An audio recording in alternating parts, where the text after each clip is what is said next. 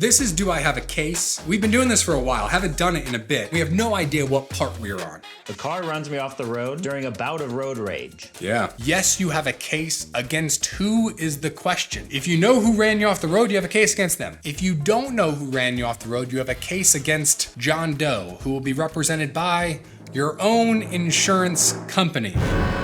That's right. Your own insurance company will pretend to represent the John Doe driver because that's who you have to make the claim with. Note, in a lot of states, if there is not impact with your car, you have to have eyewitness testimony from someone else besides you. Could be your passenger in the car, could be the dude who's camping out in front of his front lawn watching everything happen. Generally, a dash cam is going to work as corroboration. I wouldn't get a dash cam just to protect myself if someone hits me. Maybe that's not the right lawyer advice, but I'm not as high on dash cams as everyone else is. A surgeon leaves an instrument inside me. It starts causing problems 2 years after the operation. Yeah, medical malpractice statute of limitations is complicated. The states that do the best job, I think, use the discovery rule. And what the discovery rule says is statute of limitations starts to run when you discover that there was malpractice or you should have discovered there was malpractice. Some states don't have any sort of compromise for medical malpractice. And in those states, the clock starts running from when the negligence happened. So it would be the day of your surgery when the doctor left the instrument in your body. You've basically been deprived of a year worth of consideration because you had no idea and there was no way you could have known. In some places, you might not have a case just because the doctor got away with it for long enough. I'm stabbed in the eye during a bouquet toss at a wedding.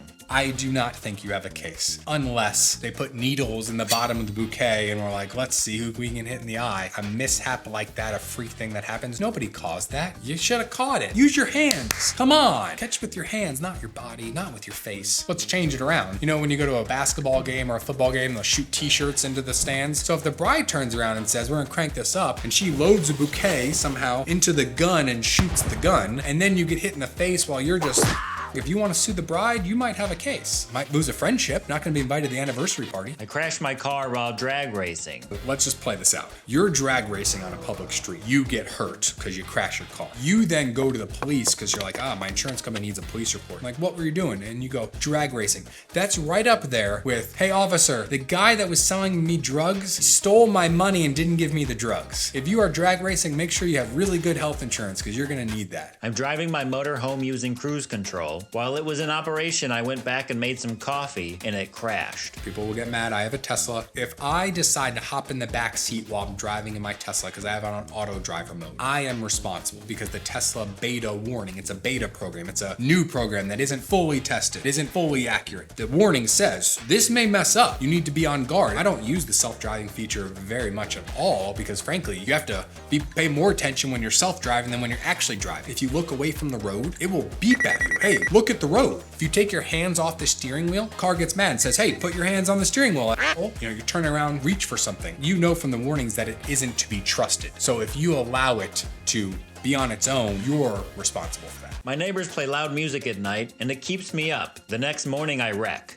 I can completely understand and feel the person that says, my neighbor should be blamed because I was so tired 5 nights in a row because they wouldn't shut them up. I'm censoring myself now so my YouTube videos don't get in trouble. But it's your decision to get in your car. And when you know you're tired or too tired to drive, don't drive. That's ultimately your responsibility to make that decision and protect everybody else. My barber tests out a new product on me and I have a reaction. I have not gotten a haircut in a while. Got one dude who cuts my hair. I've been going to that barbershop since at least 2016. So I call up to make an appointment and they're like, I don't work here anymore. And I was like, where'd he go? I don't know. I'm looking for him on Facebook. I'm looking for him on Instagram. I'm going back in the old posts that the barbershop had put up, looking at who liked the photos to see if I can find him. How do I start a new relationship with a barber? This is what's really negatively affecting me in my life. Now, here's the tie into being a lawyer. So if I go to a new barbershop and they give me a terrible haircut, do I have a case? No, you don't. Deal with it. Your hair will hopefully grow back. If though they use a product on you where your hair doesn't grow back, or you get some sort of skin infection, it's a big deal. You may have a case. In a nail salon, we get this call a lot. They jab you with something, an instrument that's not clean, and you get an infection. That's a case. Do you have a hard time proving that the reason you got the infection was from the nail place? Yeah, that's not always the easiest thing, but that can be done. If anyone's ever asking you, can I try this product on you? Kindly tell them no, thank you.